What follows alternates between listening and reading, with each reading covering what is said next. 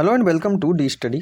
Science की series में हम पढ़ रहे हैं फिजिक्स, और फिजिक्स के पिछले वीडियोस में हमने कुछ चैप्टर्स को कंप्लीट किया है। जैसे हमने ग्रेविटेशनल फोर्स, और उसी के बाद में हमारा जो लास्ट वीडियो था वो संतुलन पर आधारित था, जहाँ पर हमने संतुलन के प्रकारों को भी देखा था। ठीक है, आज हमारी जो क्लास है वो चालू हो रही है दाब के साथ, यानी कि प्रेशर के साथ। तो चलिए शुरू करते हैं कि प्रेशर के साथ क्या होता है। दाब एक प्रकार का फोर्स होता है। दाब एक प्रकार का फोर्स होता है जो किसी एरिया पर काम करता है। ठीक है, इसकी परिभाषा कहती है कि एक ऐसा फोर्स जो किसी एरिया पर काम कर रहा हो, पर यूनिट एरिया पर लगने वाला जो फोर्स है वही क्या होता है, दाब होता है। ठीक है, यानी कि जो प्रेशर है, pressure is equal to force upon area. ठीक है, फोर्स अपॉन एरिया। ठीक, अर्थात किसी भी क्षेत्रफल पर, किसी भी इकाई क्षेत्रफल पर लगने वाला जो फोर्स है उसी को हम क्या बोल देंगे, दाब बोल देंगे। ठीक है, ये इसकी परिभाषा बनेगी। दाब क्या है? दाब एक प्रकार का फोर्स है जो किसी एरिया पर काम करता है। ठीक है, और इसकी परिभाषा में जाएंगे तो इकाई क्षेत्रफल, ये जो इकाई क्षेत्रफल है पर यूनिट एरिया, इकाई क्षेत्रफल पर लगने वाला जो फोर्स है उसी को हम क्या बोल देंगे, दाब बोल देंगे, प्रेशर बोल देंगे। ठीक है, इसकी अगर यूनिट बनाए हम तो यूनिट बनेगी, फोर्स की यूनिट हो जाएगी न्यूटन और एरिया की यूनिट हो जाएगी मीटर स्क्वायर। इस प्रकार से दाब की जो यूनिट बन जाएगी वो बन जाएगी न्यूटन पर मीटर स्क्वायर, न्यूटन पर मीटर स्क्वायर। ठीक है, यह कैसी राशि होगी? यह एक अदिश राशि होगी, यह एक अदिश राशि है, यह एक अदिश राशि है। ठीक है, और यहाँ पर जो यूनिट है इसी को हम एसआई यूनिट में पास्कल भी लिख सकते हैं। इस प्रकार दाब की एसआई यूनिट क्या हो गई? दाब की एसआई यूनिट पास्कल हो गई। इसकी दो यूनिट है, या तो हम पास्कल भी बोल सकते हैं या न्यूटन पर मीटर स्क्वायर भी बोल सकते हैं। तो दाब क्या होता है? दाब एक प्रकार का फोर्स है जो किसी एरिया पर काम करता है। जैसे मान लीजिए कि यह एरिया है 10 मीटर स्क्वायर का। ठीक है, और इस पर हम फोर्स लगा रहे हैं नीचे की साइड, ऐसा हम फोर्स लगा रहे हैं, और फोर्स है हमारे पास 250 न्यूटन। ठीक है, तो इस क्षेत्रफल पर लगने वाला दाब कितना हो जाएगा? तो हमें पता है कि दाब is equal to force upon area. ठीक है, फोर्स कितना लग रहा है? 250 न्यूटन, 250 बटे में जो क्षेत्रफल है वो कितना है? 10 मीटर स्क्वायर है। जब इसको हम काटेंगे तो बच कितना जाएगा यहाँ पर? 25 पास्कल। अब या तो आप इसको 25 पास्कल भी बोल सकते हो, या इसको आप 25 न्यूटन पर मीटर स्क्वायर भी बोल सकते हो। ठीक है, तो यहाँ पर जो लगने वाला दाब हो जाएगा वो हो जाएगा 25 पास्कल। ठीक है, दाब के साथ हम इसके संबंध देखेंगे कि फोर्स के साथ दाब के क्या संबंध होते हैं। ठीक है, तो हमने देखा है कि प्रेशर का फॉर्मूला होता है एफ अपॉन ए, फोर्स अपॉन एरिया। ठीक है, तो जब भी एरिया बढ़ेगा तब लगने वाला जो दाब है वह कम हो जाएगा, और जब भी एरिया घटेगा तो लगने वाला दाब ज़्यादा हो जाएगा। ठीक है, ये हम रिलेशन पढ़ते हैं, इसको हम जैसे प्रेशर का संबंध फोर्स के साथ सीधा है और प्रेशर का संबंध एरिया के साथ उल्टा है। ठीक है, अर्थात फोर्स बढ़ेगा तो प्रेशर बढ़ जाएगा, फोर्स कम होगा तो भी प्रेशर कम हो जाएगा, लेकिन जब एरिया बढ़ेगा तो प्रेशर कम होगा और एरिया घटेगा तो प्रेशर बढ़ जाएगा। ठीक है, तो फोर्स का जो एरिया है, सॉरी जो प्रेशर है उसका जो संबंध है एरिया के साथ ये उल्टा है। ठीक है, जब भी क्षेत्रफल बढ़ेगा तब लगने वाला दाब कम हो जाएगा, और जब एरिया कम होगा तो दाब बढ़ जाएगा। ठीक है, ये संबंध हो गया दाब का एरिया के साथ। वहीं अगर हम अगला संबंध देखें फोर्स के साथ, तो लगने वाला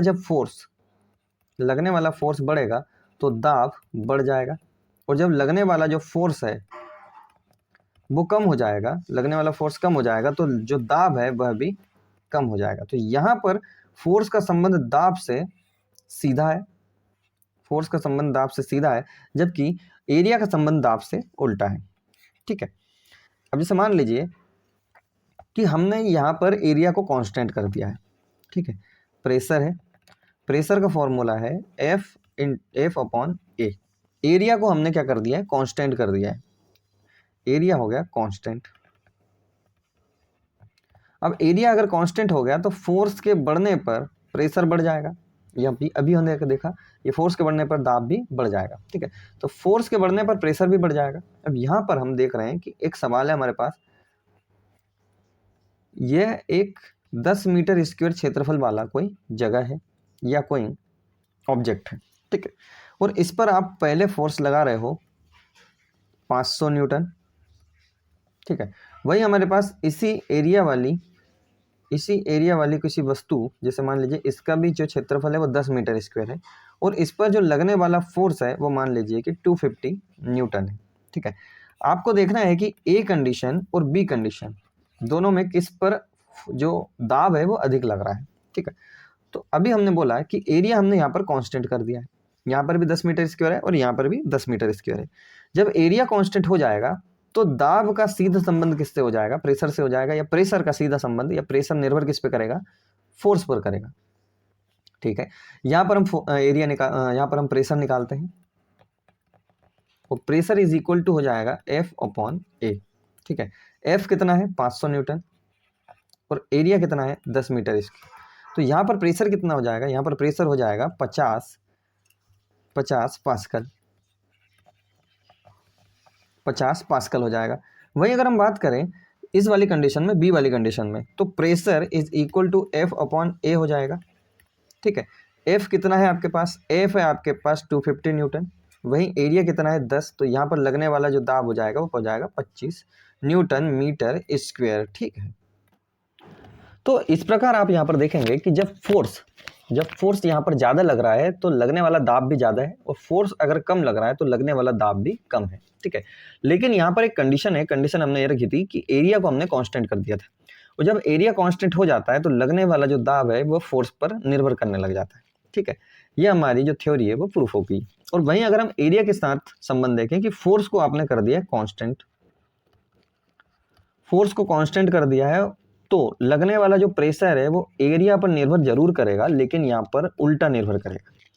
एरिया ज़्यादा रहेगा तो लगने वाला दाब कम रहेगा, और एरिया अगर कम रहेगा तो लगने वाला दाब अधिक रहेगा। ठीक है, इसके हम कुछ दैनिक जीवन में लगने वाले उदाहरण भी देखेंगे। पहले इसको हम प्रूफ कर लेते हैं। तो हमारे पास मान लीजिए कि एक 5 मीटर स्क्वायर क्षेत्रफल वाली जगह है या एक ऑब्जेक्ट है, और एक हमारे पास है 10 मीटर स्क्वायर क्षेत्रफल वाला कोई ऑब्जेक्ट है, और इस पर लगने वाला जो फोर्स है वो हमने कर दिया कांस्टेंट, और फोर्स हमने मान लिया कि 50-50 न्यूटन का हमने दोनों तरफ फोर्स अप्लाई किया है। ठीक है, अब इस पे आप देखेंगे कि ए कंडीशन पर लगने वाला दाब और बी कंडीशन पर लगने वाला दाब दोनों में क्या अंतर रहेगा।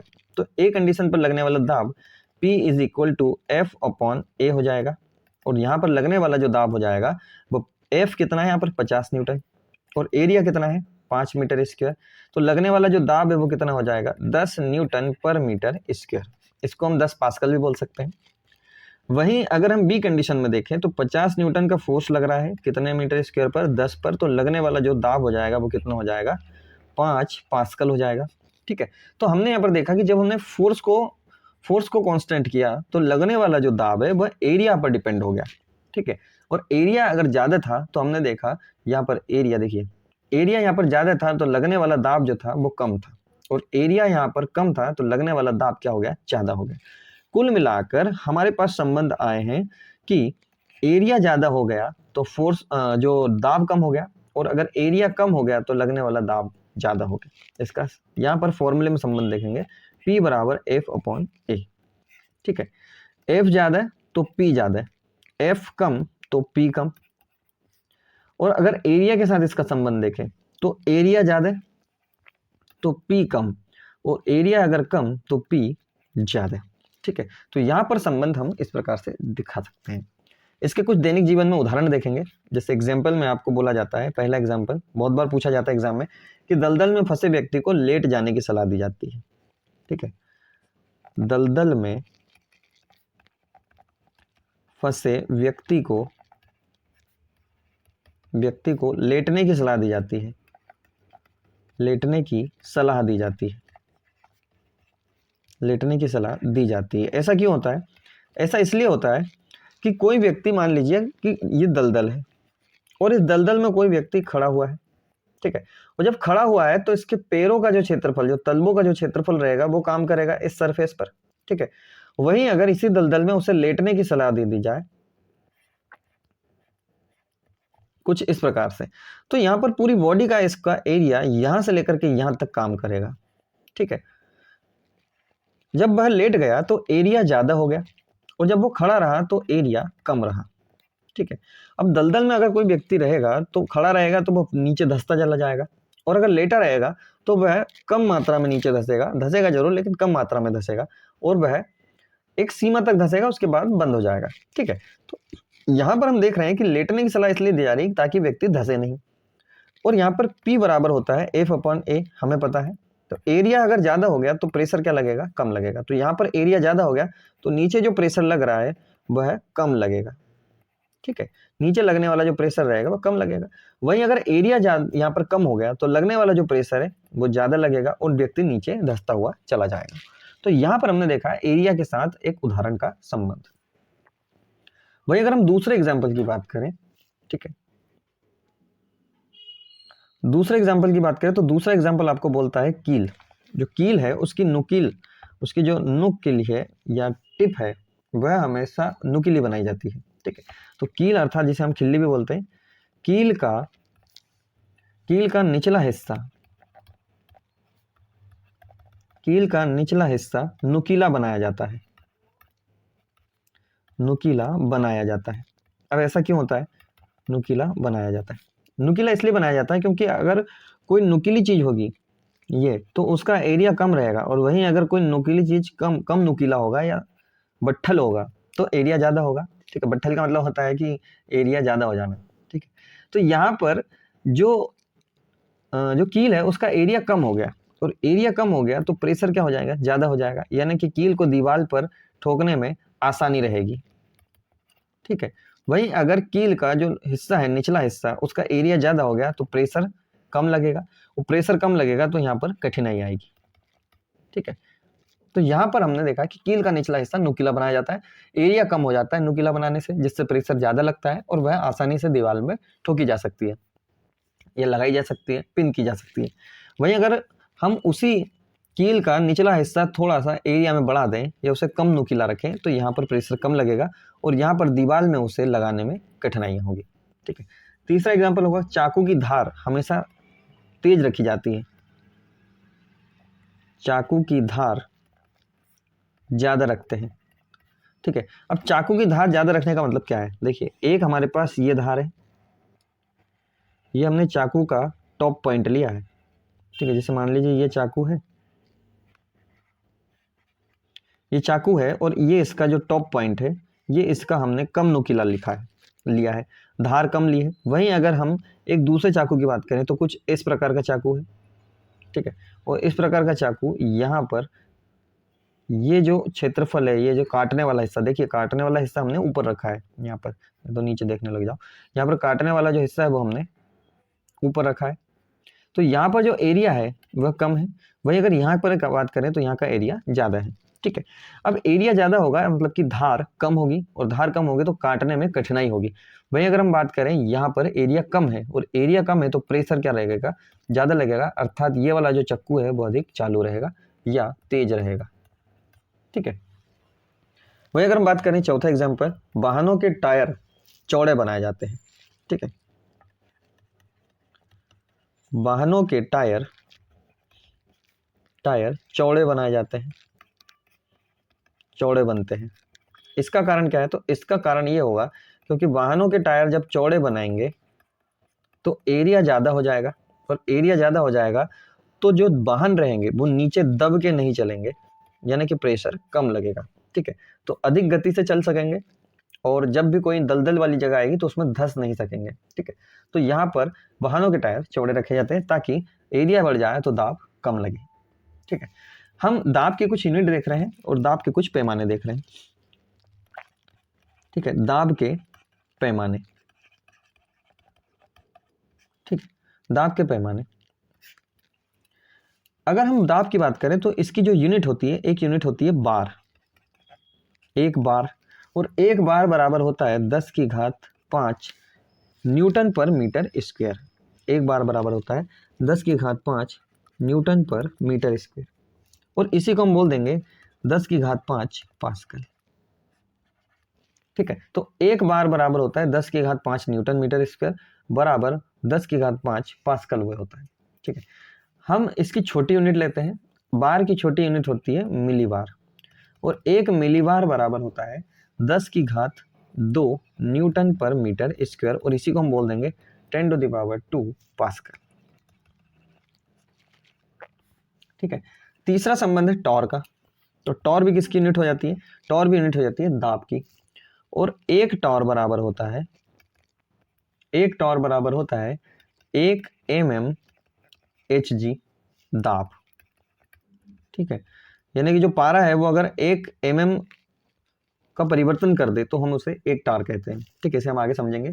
और इसी को हम अगर पास्कल में चेंज करें तो पास्कल बनता है इसका 133.32 पास्कल। ठीक है। चौथी यूनिट हमारे पास हो गई एटीएम, एक एटमॉस्फेरिक प्रेशर, एटीएम। और एक एटीएम जो होता है ये भी दाब की यूनिट होती है, इससे दाब को मापा जाता है। एक एटीएम बराबर होता है 1013.25 मिलीबार। कितना मिलीबार होता है? पास्कल की बात करें तो 1.01325 इंटू 10⁵ पास्कल। देखिए अब 0.01325 का कोई महत्व नहीं रह जाता, इसलिए हम इसको सिंपल लैंग्वेज में 1 इंटू 10⁵ पास्कल भी लिख सकते हैं, और इसी को हम आगे चल के 10⁵ पास्कल भी लिख सकते हैं। तो हम ये बोल सकते हैं कि एक एटीएम बराबर कितना हो जाएगा? 10⁵ न्यूटन पर मीटर स्क्वायर, क्योंकि ये बराबर होता है 10⁵ पास्कल के। ठीक है। तो ये थी कुछ दाब को मापने की यूनिट। ठीक है।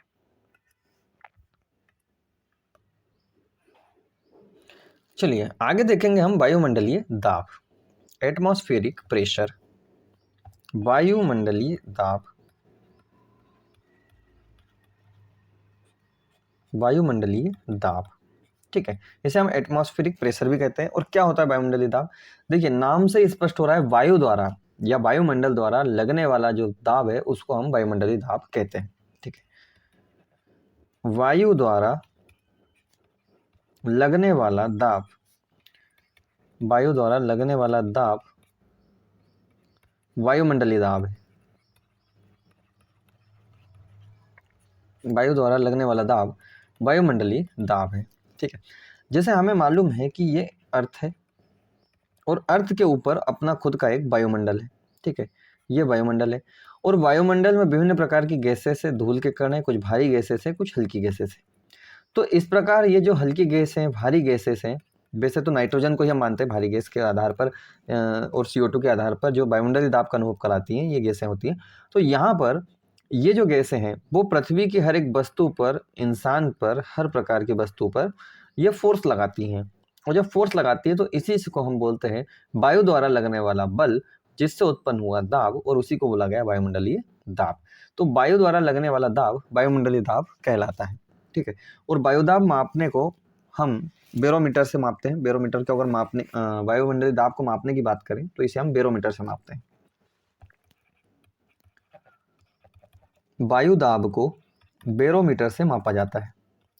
बहुत बार पूछा जाता है कि वायुमंडलीय दाब को किससे मापते हैं, तो वायुमंडलीय दाब को बैरोमीटर से मापते हैं।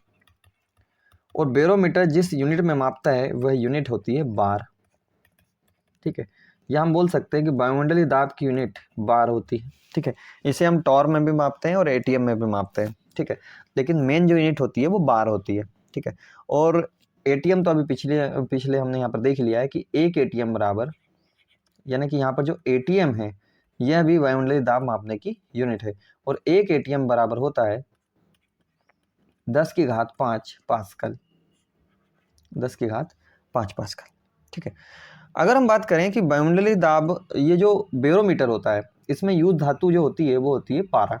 और अगर पारे के स्थान पर पानी रख दें, हम आपसे सवाल पूछा जाता है कि वायुमंडलीय दाब मापी बैरोमीटर में, देखिए पहले तो आप ये देख लीजिए कि बैरोमीटर में किसका यूज़ किया जाता है। तो बैरोमीटर में पारे का प्रयोग किया जाता है, Hg अर्थात मर्क्यूरी अर्थात पारा। ठीक है, पारे का यूज़ किया जाता है। और पारे के स्थान पर अगर आप पानी का यूज़ कर दें, पारे के स्थान पर अगर आप पानी यूज़ कर दें तो आपको यहाँ पर बैरोमीटर की जो ऊंचाई है वो 10 मीटर रखनी पड़ेगी। कितनी मीटर? 10 मीटर। अगर पानी के स्थान पर पारा है तो यहाँ पर आपका काम हो जाएगा, यहाँ पर 760 mm अर्थात 76 सेंटीमीटर। ठीक है, तो आपसे पूछा जाता है कि बैरोमीटर की ऊंचाई कितनी होती है पारे के साथ, तो पारे के साथ बैरोमीटर की जो ऊंचाई होती है वो होती है 760 मीटर। इसी को हम 76 सेंटीमीटर भी बोल सकते हैं।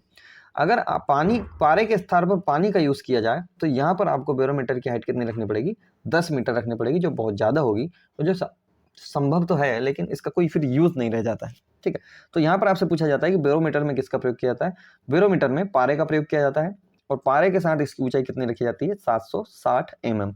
ठीक है, यदि पारे के स्थान पर आप पानी का यूज कर देंगे तो आपको ऊंचाई कितनी रखनी पड़ेगी, 10 मीटर रखनी पड़ेगी। ठीक है, तो ऑप्शन में आपके पास 760 मीटर भी हो सकता है, 760 mm भी हो सकता है, 776 उसके बाद में 76 सेंटीमीटर भी हो सकता है। तो आपको ये देखना रहेगा कि दोनों में से हमारे पास कौन सा ऑप्शन है, इन दोनों सही चूज करके अपने को सही आंसर लगाना है। ठीक है, 760 mm मिल जाएगा तो हमारा आंसर ये हो जाएगा, 76 सेंटीमीटर मिल जाएगा तो यही आंसर मिल जाएगा। ठीक है, दोनों ही ऑप्शन एक साथ कभी नहीं रहेंगे। ठीक है, तो आपको ध्यान रखना है। अब वायुमंडलीय दाब पर प्रभाव, इस पर क्या क्या प्रभाव पड़ते हैं। ठीक है, तो आपसे पूछा जाता है कि आप अगर पृथ्वी की सतह से ऊंचाई पर जा रहे हो, ठीक है, पृथ्वी की सतह से ऊंचाई पर जा रहे हो, मान लीजिए कि ये हमारे पास अर्थ है। ठीक है, ये अर्थ की सतह है और अर्थ की सतह से आप किसी ऊंचाई पर जा रहे हो, तो जब भी ऊंचाई बढ़ती है तो वायुमंडलीय जो दाब है वह कम हो जाता है। ठीक है, तो पृथ्वी की सतह से आप ऊपर जाओगे तो वायुमंडलीय दाब कम हो जाएगा। कारण क्या हो जाएगा, कारण हो जाएगा भारी गैसों की संख्या कम पाई जाती, सघनता कम पाई जाती। कारण भारी गैसों की सघनता कम हो जाती है, क्योंकि भारी गैस अधिकतर पृथ्वी की सतह पर ही रहती है या पृथ्वी की सतह के आसपास रहती है। क्यों, क्योंकि ग्रेविटेशनल फोर्स भारी वस्तुओं को अधिक फोर्स के साथ नीचे खींचता है, इसलिए भारी वस्तुएं या भारी गैस हमेशा पृथ्वी की सतह के नजदीक होती हैं। तो पहला हमारे पास प्रभाव ये हो गया कि पृथ्वी की सतह से ऊंचाई पर जाने पर या ऊंचाई के बढ़ने पर जो एटमॉस्फेरिक प्रेशर है, इसको हम एपी भी लिख सकते हैं, एपी कम हो जाता है। ठीक है, वहीं अगर आप पृथ्वी की सतह के करीब आ रहे हो यानी कि कम ऊंचाई हो रही है तो आपकी जो एपी है वो बढ़ जाएगी। ठीक है, तो हम बोल सकते हैं कि पृथ्वी की सतह से ऊपर जाने पर ऊंचाई बढ़ जाती है, इससे एटमॉस्फेरिक प्रेशर कम हो जाता है, और ऊंचाई कम होती है तो एटमॉस्फेरिक प्रेशर बढ़ जाता है। ठीक है, इसका सीधा संबंध किससे, इसका सीधा संबंध है ग्रेविटेशनल एक्सेलरेशन से। ठीक है, जी से, क्योंकि हाइट जब बढ़ती है तो ये जो जी है इसका मान कम हो जाता है, यानी कि गुरुत्वाकर्षण बल का मान कम हो जाता है। अब पृथ्वी की सतह से आप ऊपर जा रहे हो, गुरुत्वाकर्षण बल का मान कम हो रहा है, तो जो भारी गैसें हैं वो तो नीचे रहेगी और जो हल्की गैसें हैं वो ऊपर रह जाएंगी, और जब ये ऊपर रह जाएंगी तो हम बोल सकते हैं कि ऊंचाई के बढ़ने पर फोर्स कम लगेगा, और फोर्स कम लगेगा तो फोर्स का संबंध प्रेशर से कैसा रहता है, सीधा रहता है, इसलिए यहाँ पर जो प्रेशर है वह भी कम लगेगा। इसी का दैनिक जीवन में आप उदाहरण देख सकते हो कि जब आप पहाड़ों पर जाते हो और वहां पर खाना पकाते हैं तो पहाड़ों पर खाना पकाते समय कठिनाई होती है। ठीक है, एग्जाम्पल, और ये बहुत बार पूछा गया है कि पहाड़ों पर खाना देरी से पकता है, ठीक है, देरी से पकता है, क्यों पकता है, क्योंकि हाइट जब बढ़ जाती है तो जो दाब है वो क्या हो जाता है, कम हो जाता है, और जब दाब कम हो जाता है तो यहाँ पर एक थ्योरी होती है कि दाब के कम होने पर पानी का क्वथनांक कम हो जाता है। क्वथनांक का मतलब ये हो जाता है कि वह जो पानी है वो जल्दी उबलने लग जाता है, और जब पानी जल्दी उबलने लग जाएगा तो खाना देरी से ही पकेगा। ठीक है, तो यहाँ पर हम देख सकते हैं कि पहाड़ों पर खाना देरी से पकता है क्योंकि ऊंचाई पर जाने पर दाब कम हो जाता है। ठीक है, और दाब कम हो जाता है तो जो पानी है वह जल्दी उबलने लगता है, पानी जल्दी उबलता है। पानी जल्दी उबलने का मतलब ये है कि उसका क्वथनांक जो है, बॉइलिंग पॉइंट है, वह कम हो जाता है, बॉइलिंग पॉइंट कम हो जाता है। ठीक है, तो हम बोल सकते हैं कि ऊंचाई पर जाने पर दाब कम हो जाता है, इसलिए पानी का बॉइलिंग पॉइंट कम हो जाता है, इसलिए खाना लेट पकता है। ठीक है, यहाँ पर देखिए ऐसा भी क्यों होता है, देखो खाना देरी से क्यों पकता है, क्योंकि यहाँ पर जो पानी को लगने वाली जो हीट है, देखिए जैसे मान लीजिए कि यहाँ पर कोई पतीला है और इसमें हमने कुछ खाना पका रहे हैं, मान लीजिए आलू रखे हुए हैं, इसको पका रहे हैं। ठीक है, जब इसको हम पहाड़ों पर जाकर पकाएंगे तो यहाँ पर इसका बॉइलिंग पॉइंट कम हो जाएगा, और जब बॉइलिंग पॉइंट कम हो जाएगा यहाँ पर तो देखेंगे कि जो पानी को जो हीट मिल रही थी वो पानी के जरिए इस आलू को मिल रही थी, या यहाँ पर जो खाद्य पदार्थ हैं इनको मिल रही थी, तो यहाँ पर जो हीट मिल रही थी पहले खाने को, बॉइलिंग पॉइंट कम होने के कारण ये जो हीट है वह इस पानी को भाप बनाने में लग जाएगी। ठीक है, तो ये जो हीट है ये लगनी चाहिए थी किसमें, आलू में, यानी कि यहाँ पर खाद्य पदार्थों में। लेकिन यहाँ पर जो हीट है वो किस में लग जाएगी, पानी को उबालने में लग जाएगी। ठीक है, तो इस प्रकार हम देख सकते हैं कि हाइट के बढ़ने पर दाब कम हो जाता है, जिससे बॉइलिंग पॉइंट कम हो जाता है और खाना देरी से पकता है। ठीक है, इसी में यहाँ पर हम दूसरा एग्जाम्पल ले सकते हैं कि जब आप ऊंचाई पर जाते हो, ठीक है, दूसरा एग्जाम्पल हो जाएगा कि जब आप ऊंचाई पर जाते हो तो वायुदाब कम हो जाता है। ठीक है, वायुदाब कम हो जाता है तो वायुदाब के कम होने से व्यक्ति की नाक से खून बहने लग जाता है, नाक से खून बहने लग जाता है,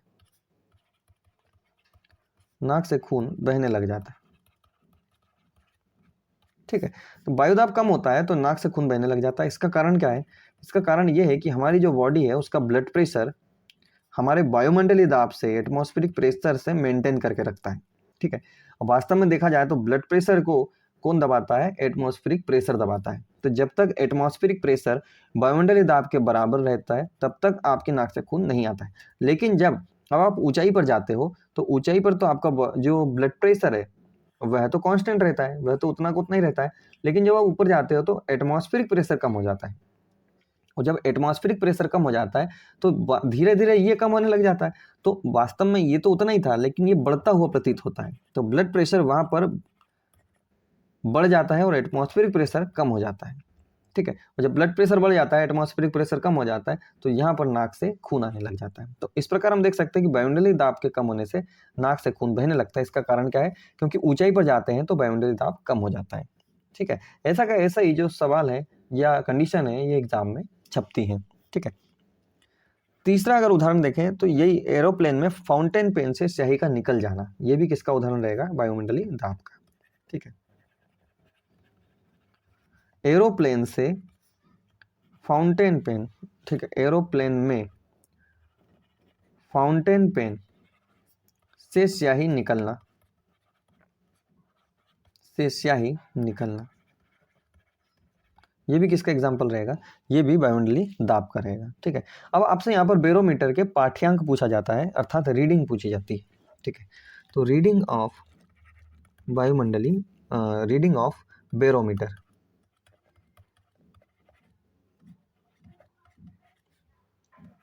रीडिंग ऑफ बैरोमीटर, आपसे 3 प्रकार के सवाल पूछा जाएगा कि आंधी तूफान के समय इसकी कंडीशन क्या होती है, बरसात के समय इसकी कंडीशन क्या होती है, और समय जो मौसम, समय एकदम साफ हो जाता है, मौसम साफ हो जाता है तो यहाँ पर कंडीशन क्या रहती है। जब रीडिंग आपकी 3 प्रकार से चेंज हो जाए, पहली, जब रीडिंग अचानक नीचे गिर जाए, रीडिंग अचानक नीचे आ जाए तब कंडीशन। दूसरी कंडीशन आपकी रहेगी जब धीरे धीरे नीचे आए, धीरे धीरे रीडिंग नीचे आए, और तीसरी कंडीशन आपकी रहेगी जब धीरे धीरे रीडिंग ऊपर चढ़े, धीरे धीरे रीडिंग ऊपर चढ़े। ठीक है, तो यहाँ पर देखेंगे कि जब अचानक नीचे आ जाएगी इसकी रीडिंग बैरोमीटर की, ठीक है, तो यहाँ पर समझा जाता है कि जो मौसम है वो बहुत बेकार हो गया है और आंधी या तूफान आने की आशंका है, आंधी या तूफान की आशंका है। वहीं अगर धीरे धीरे नीचे आए तो ये संकेत करता है कि वहां पर वर्षा होने वाली है। ठीक है, और अगर धीरे धीरे ऊपर चढ़े तो इसका मतलब है कि मौसम साफ होने वाला है, मौसम साफ होने वाला है। तो इस प्रकार 3 कंडीशन आपको बैरोमीटर से पूछी जाती है। ठीक है, तो यहाँ पर हमने एटमॉस्फेरिक प्रेशर की कुछ टर्म्स को समझ लिया है, वायुमंडलीय दाब को देखा है, और उसके कुछ यहाँ पर हमने उसकी कंडीशन को भी समझा है कि क्या प्रभाव पड़ता है, क्या प्रभाव नहीं पड़ता है। तो यहाँ पर पहली क्लास में, दाब की पहली क्लास में आज के लिए इतना ही है। बाकी हम अगली वीडियो में देखेंगे, इसके लगभग 3 पार्ट्स आएंगे और 3 पार्ट्स में इसको कवर किया जाएगा। ठीक है, तो कॉन्सेप्ट समझ में आया, वीडियो अच्छा लगा हो तो चैनल को सब्सक्राइब ज़रूर करें। ठीक है, धन्यवाद।